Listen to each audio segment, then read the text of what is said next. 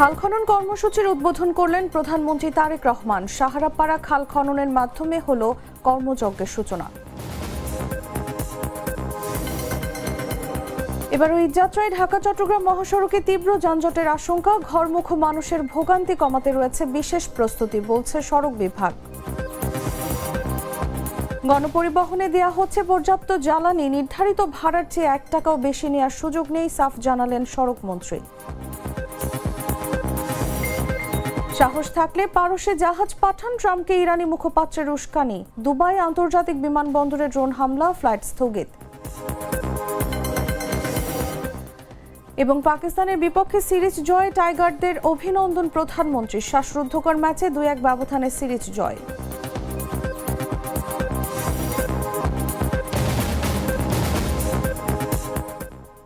এতক্ষণ শুনছিলেন সংবাদ শিরোনাম। দর্শক, আমন্ত্রণ দুপুর 1টা নিউজে, সাথে আছি আমি তাসলিমা তিথি।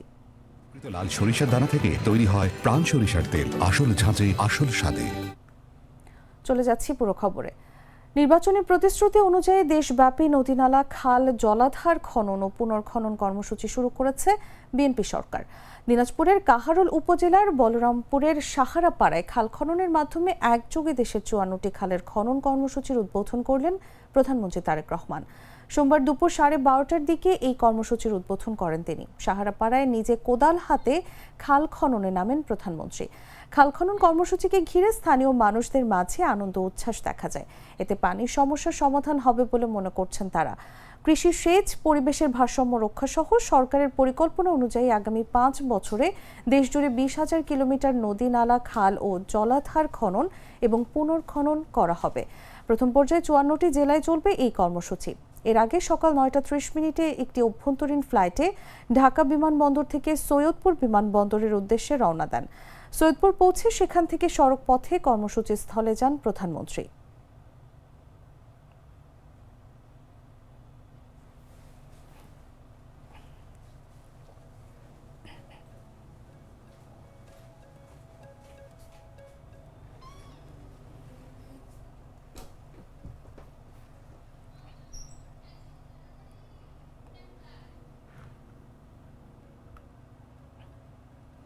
প্রতি বছরের মতো এবারও ঈদ যাত্রায় ঢাকা চট্টগ্রাম মহাসড়কে তীব্র যানজটের আশঙ্কা করা হচ্ছে।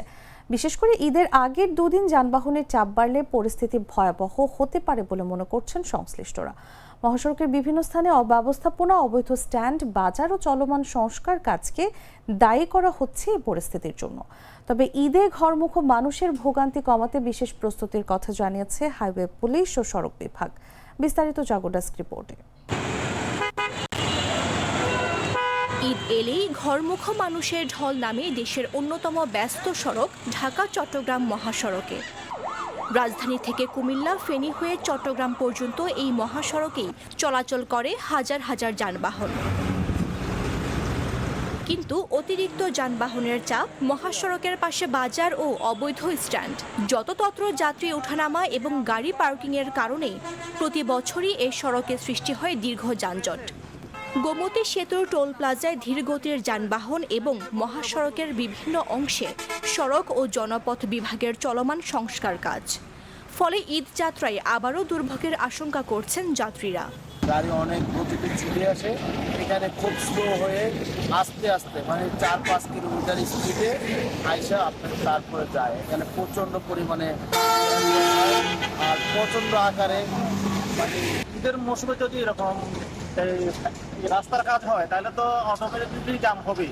আর মনে করেন যে এখন তো যা অবস্থা আছে, আমার মনে হয় ঈদ শুরু হলে এখান থেকে গাড়ি ঘোড়া চলতেই পারবে না। যে অবস্থা হয়েছে, যে অবস্থা মানে গাড়ি ঘোড়া, রাস্তার কাজ, এগুলোর জন্য তো মানুষ আসলে নাভিশ্বাস হয়ে যাচ্ছে মানুষের। এবার ঈদ উপলক্ষে কুমিল্লার দাউদকান্দির বলদাখাল থেকে চট্টগ্রামের বারবকুণ্ড বাজার পর্যন্ত মহাসড়কের 27টি যানজট প্রবণ স্থান চিহ্নিত করেছে হাইওয়ে পুলিশ।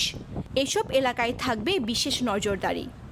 মহাসড়কের দাউদকান্দি টোল প্লাজা, গৌরীপুর বাজার, চান্দিনা বাস স্ট্যান্ড, নিমসার বাজার, পদুয়ার বাজার, বিশ্ব রোড, মিয়া বাজার, 14গ্রাম বাজার সহ বেশ কয়েকটি এলাকায় প্রায়ই যানজট লেগে থাকে বলে জানিয়েছেন স্থানীয়রা।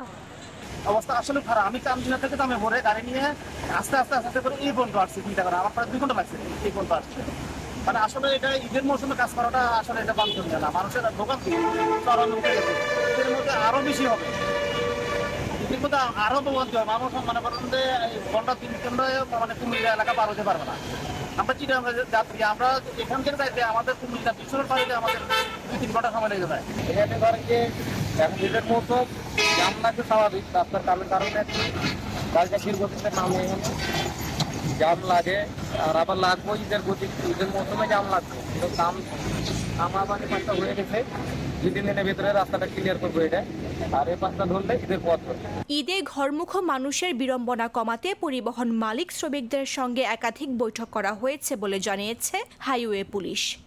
পাশাপাশি মহাসড়কের পাশে অবৈধ স্থাপনা উচ্ছেদ এবং যত্রতত্র যাত্রী ওঠানামা বন্ধে নেওয়া হয়েছে কঠোর পদক্ষেপ। এই দাউদকান্দি থেকে মিয়া বাজার পর্যন্ত যে কুমিল্লা অংশটা, এখানে যে কটা থানা আছে ততটা কিউআরটি টিম থাকবে। পাশাপাশি আমাদের অফিস থেকে অতিরিক্ত আরো একটা টিম থাকবে, মোট 5টা টিম থাকবে। মহাসড়কের নিরাপত্তা নিশ্চিত করার জন্য আমরা সবাই কাজ করে যাচ্ছি।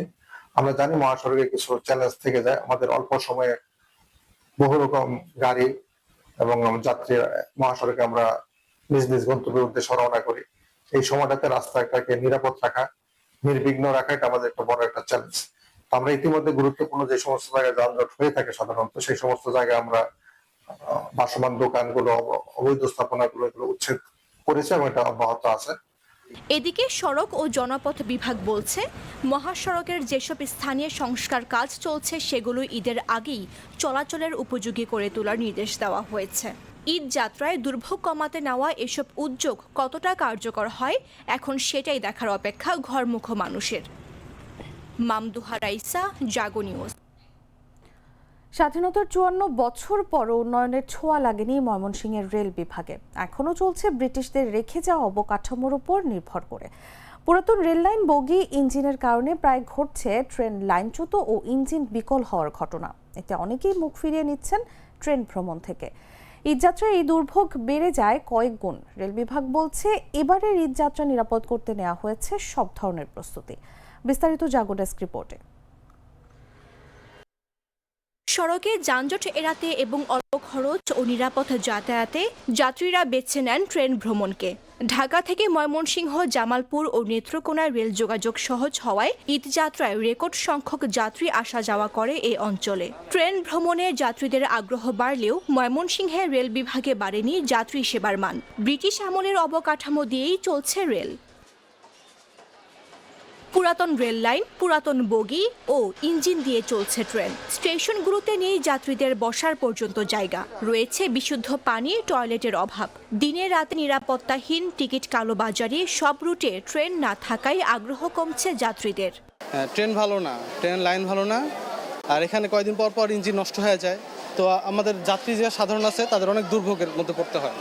সব রুটে ট্রেন নাই, ট্রেনের খুব সমস্যা, আমরা ভাঙ্গা ভাঙ্গা করে যাইতে হয়। আমাদের এখানে এমন কিছু সমস্যা তৈরি হচ্ছে যে টিকিট অনলাইনে দিচ্ছে কিন্তু আমরা পাচ্ছি না, মানে কি এক কালোবাজারের ভিতরে চলতেছে। পুরাতন ট্রেনে ভালো সিট নাই, আমাদের জার্নি করা অনেক অসুবিধা হয়। স্টেশনের পর্যাপ্ত পরিমাণে লাইট পাওয়া যায় না। প্রথমত রাত্রে আসলে আবার হাইজাকারের চিন্তাকারী একটু প্রবলে পড়তে হয় অনেক সময়।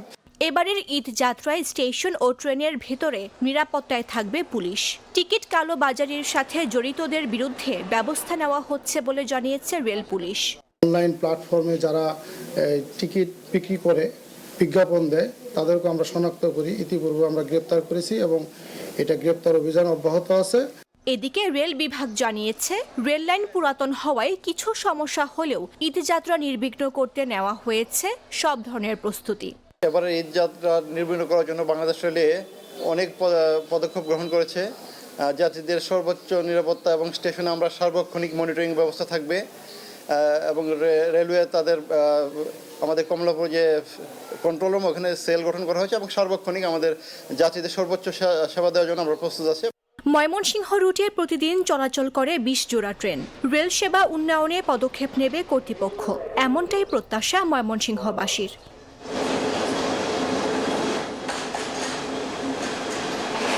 আমি তো মশলা বদলে ফেলেছি, এবার আপনিও বদলে ফেলুন। একবার প্রাণ গুঁড়া মশলা ব্যবহার করেই দেখুন।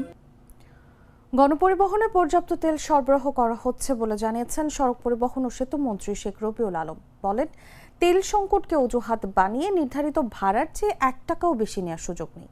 সোমবার রাজধানীর মহাখালী বাস টার্মিনাল পরিদর্শন ও টার্মিনালের নারী টয়লেট উদ্বোধন উপলক্ষে এক ব্রিফিংয়ে এই কথা বলেন তিনি। আপনি কি নিশ্চিত এটা নির্ধারিত বাড়াচ্ছে নাকি আগে নেওয়া বাড়াচ্ছে? আমি একটু ক্লিয়ার করি আপনাকে। নির্ধারিত ভাড়া যেটি তার চেয়ে কম ভাড়ায় আমাদের পরিবহনগুলি যাত্রী নিত এবং নিচ্ছে। আগে হয়তো ধরেন নির্ধারিত ভাড়া ছিল 700 টাকা, অনেক সময় প্যাসেঞ্জার না পেলে 500 টাকাও তারা নিয়েছে।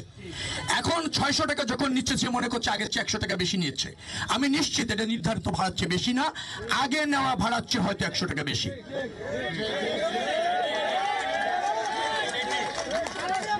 না, তাদের খুশিতেই নিচ্ছেন। আমরা বলেছি যত কম রাখা যায়, নির্ধারিত ভাড়ার চেয়ে কম টাকায় অনেক সময় তারা যাত্রী নিতে অভ্যস্ত অতীতে। কারণ যাত্রী যখন চাপ কম থাকে, যাত্রীকে আকৃষ্ট করার জন্য নির্ধারিত ভাড়ার থেকে 100 টাকা কমে তারা এটা সার্ভিসটা দেন। এখন তারা যেটা করছেন, অনেকে ওই জায়গায় আছেন যে কমটা নিতেন সেই কমের মধ্যেই আছেন। ধরেন নির্ধারিত ভাড়া 700 টাকা, তারা 600 টাকায় প্যাসেঞ্জার নিতেন, এখন 600 টাকায় নিচ্ছেন। অনেকে 700 টাকা নির্ধারণ ভাড়া হয়তো 700 নিচ্ছেন, কেউ আবার 20 টাকা কম নিয়ে 680 দিচ্ছেন। অর্থাৎ নির্ধারিত ভাড়া ক্রস করেছে এরকমের কোনো নজির আমি গত 7 দিনে পাইনি কোথাও।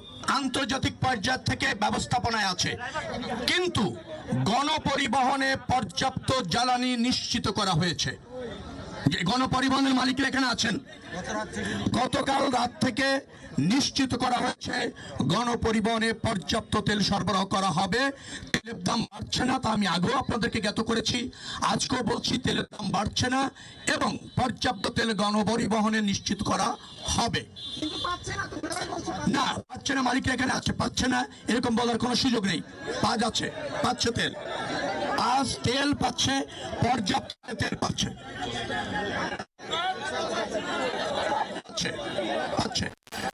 গিয়ে তেল পাচ্ছে না, আমাকে বলেন কোন পাম্পে গিয়ে পর্যাপ্ত তেল পাচ্ছে না?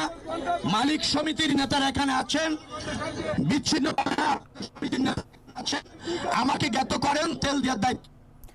মঙ্গলবার থেকে শুরু হচ্ছে টানা 7 দিনের সরকারি ছুটি। সেই হিসেবে আজই ঈদ উল ফিতরের আগে সর্বশেষ কর্মদিবস। চাঁদ দেখা সাপেক্ষে আগামী 20 বা 21 মার্চ দেশে মুসলমানদের সবচেয়ে বড় ধর্মীয় উৎসব পবিত্র ঈদ উল ফিতর উদযাপিত হবে। ঈদের সময় ঘরমুখো মানুষের যাত্রা নির্বিঘ্ন করতে 18 মার্চও ছুটি ঘোষণা করেছে সরকার। সোমবার ঈদের আগে সর্বশেষ অফিস করছেন সরকারি কর্মকর্তা কর্মচারীরা। এবার ঈদ উল ফিতরের 17 থেকে 23 মার্চ পর্যন্ত টানা 7 দিন ছুটি পাচ্ছেন সরকারি চাকরিজীবীরা। চলতি বছর রমজান 30 দিন ধরে ঈদের ছুটি নির্ধারণ করেছে সরকার। রমজানের 30 দিন পূর্ণ হলে ঈদ হবে 21 মার্চ। চলতি বছরে নির্ধারিত ছুটির তালিকা অনুযায়ী 21 মার্চ ঈদের দিন সাধারণ ছুটি, 19 ও 20 মার্চ এবং 22 ও 23 মার্চ ঈদের আগে পরে 2 দিন করে মোট 4 দিন নির্বাহী আদেশে ছুটি থাকবে। সেই হিসেবে সরকারি কর্মকর্তা কর্মচারীদের 19 থেকে 23 মার্চ পর্যন্ত টানা 5 দিন ঈদের ছুটি আগে থেকে নিশ্চিত ছিল।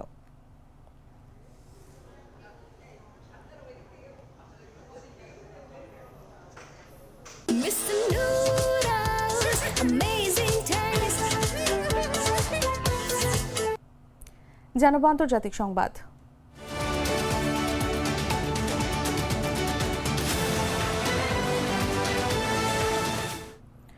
ইরানের নৌ সক্ষমতা ধ্বংস হয়ে গেছে এবং দেশটি চুক্তি করতে চায়। মার্কিন প্রেসিডেন্ট ডোনাল্ড ট্রাম্পের দেয়া এই বিবৃতি মিথ্যা বলে প্রত্যাখ্যান করা হয়েছে। একই সঙ্গে যুক্তরাষ্ট্রকে পাল্টা উস্কানি দিয়েছে ইরান। যুক্তরাষ্ট্রের সাহস থাকলে পারস্য উপসাগরে জাহাজ পাঠাতে পারে বলে উপহাস করেছে ইরানি কর্তৃপক্ষ। ইরানের ইসলামিক রেভলিউশনারি গার্ড কর্পস এর মুখপাত্র ব্রিগেডিয়ার জেনারেল আলী মোহাম্মদ নাইনি বলেন, হরমুজ প্রণালী সম্পূর্ণভাবে বিপ্লবী গার্ড নৌবাহিনীর নিয়ন্ত্রণে রয়েছে এবং এই অঞ্চলে ইরানের পূর্ণ সার্বভৌমত্ব বজায় আছে। তিনি আরও বলেন, ডোনাল্ড ট্রাম্প তো দাবি করেছেন যে তিনি ইরানের নৌবাহিনী ধ্বংস করেছেন, তাহলে সাহস থাকলে তিনি তার জাহাজ পারস্য উপসাগরে পাঠাতে পারেন। নাইনি দাবি করেন, এখন পর্যন্ত ইরান প্রায় 700টি ক্ষেপণাস্ত্র এবং 3600টি ড্রোন যুক্তরাষ্ট্র ও ইসরায়েলের বিভিন্ন লক্ষ্যবস্তুতে নিক্ষেপ করেছে। তিনি আরও বলেন, যুদ্ধ তখনই শেষ হবে যখন শত্রুপক্ষ ইরানের সামরিক শক্তি এবং সামাজিক প্রতিরোধ ক্ষমতা স্বীকার করবে। একই সঙ্গে তিনি সতর্ক করে জানান, আগ্রাসীদের শাস্তি দিতে ইরান তাদের ভারী ও বিধ্বংসী হামলা অব্যাহত রাখবে। ড্রোন সম্পর্কিত ঘটনার পর সতর্কতামূলক ব্যবস্থার অংশ হিসেবে সংযুক্ত আরব আমিরাতের দুবাই আন্তর্জাতিক বিমানবন্দরে ফ্লাইট চলাচল সাময়িকভাবে স্থগিত করা হয়েছে। স্থানীয় সময় সোমবার সকালে এই তথ্য নিশ্চিত করেছে বিমানবন্দর কর্তৃপক্ষ। যাত্রী ও কর্মীদের নিরাপত্তা নিশ্চিত করার জন্য এই পদক্ষেপ নেওয়া হয়েছে বলে জানিয়েছে কর্তৃপক্ষ। সংবাদ মাধ্যম বিবিসির প্রতিবেদনে বলা হয়, ভ্রমণকারীদের তাদের ফ্লাইট সংক্রান্ত হালনাগাদ তথ্য জানতে সংশ্লিষ্ট উড়োজাহাজ সংস্থার সঙ্গে যোগাযোগ করার পরামর্শ দেওয়া হয়েছে। এদিকে দুবাই পুলিশ বিমানবন্দর সড়ক ও বিমানবন্দর টানেল সাময়িকভাবে বন্ধ করে দিয়েছে। কারো জরুরি কাজ থাকলে চালকদের বিকল্প রুট ব্যবহার করার পরামর্শ দেওয়া হয়েছে। এর আগে দুবাই গণমাধ্যম দফতর জানিয়েছে, সিভিল ডিফেন্স টিম দুবাই আন্তর্জাতিক বিমানবন্দরের আশপাশের একটি জ্বালানি ট্যাঙ্কে আঘাত হানার ফলে সৃষ্ট আগুন সফলভাবে নিয়ন্ত্রণে এনেছে। ইরানের সঙ্গে যুক্তরাষ্ট্র ইসরায়েল সংঘাত শুরু হওয়ার আগে পর্যন্ত যাত্রী সংখ্যার দিক থেকে বিশ্বের সবচেয়ে ব্যস্ত বিমানবন্দর ছিল দুবাই আন্তর্জাতিক বিমানবন্দর। 2025 সালে প্রায় 9 কোটি যাত্রী এই বিমানবন্দর দিয়ে চলাচল করেন।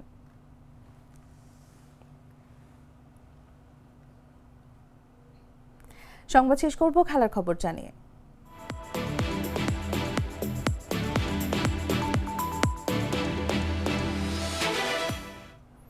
মিরপুর শেরেবাংলা জাতীয় ক্রিকেট স্টেডিয়ামে পাকিস্তানের বিরুদ্ধে শ্বাসরুদ্ধকর লড়াইয়ে জয় এবং সিরিজ নির্ধারণী ওয়ানডে সিরিজ 2-1 ব্যবধানে জেতায় বাংলাদেশ ক্রিকেট দলকে উষ্ণ অভিনন্দন জানিয়েছেন প্রধানমন্ত্রী তারেক রহমান। রোববার রাতে এক অভিনন্দন বার্তায় প্রধানমন্ত্রী এই ঐতিহাসিক জয়ের জন্য খেলোয়াড়, কোচ ও ক্রিকেট সংশ্লিষ্ট সকলকে শুভেচ্ছা জানান। বিবৃতিতে প্রধানমন্ত্রী বলেন, বাংলাদেশের সাহসী তরুণেরা পাকিস্তানের বিরুদ্ধে আজকের শ্বাসরুদ্ধকর ম্যাচে 11 রানের জয়ে 2-1 ব্যবধানে ওয়ানডে সিরিজ জিতে প্রমাণ করেছে ঐকান্তিক এবং ঐক্যবদ্ধ প্রচেষ্টা থাকলে জয় ছিনিয়ে আনা সম্ভব। বাংলাদেশ ক্রিকেট দলের এই নজরকাড়া পারফরম্যান্স পুরো জাতিকে গর্বিত করেছে।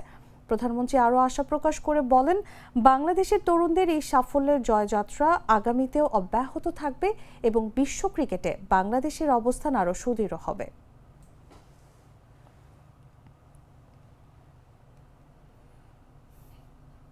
দর্শক, সংবাদ শেষ করার আগে শিরোনামগুলো জানিয়ে দিচ্ছি আরও একবার।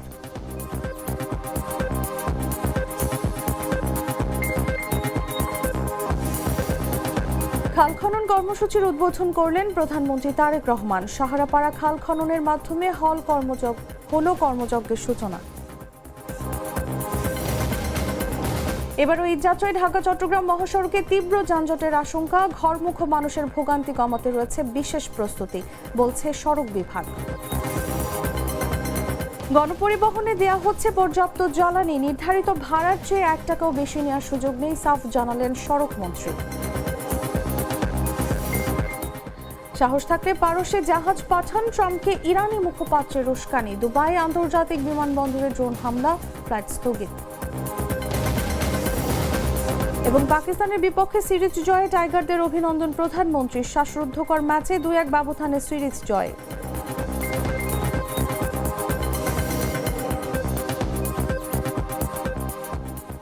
দর্শক, এই ছিল এখনকার মতো। এরপর দেখবেন দুপুর 3টা নিউজ। প্রতি মুহূর্তের সর্বশেষ খবর জানতে ভিজিট করুন jagonews24.com।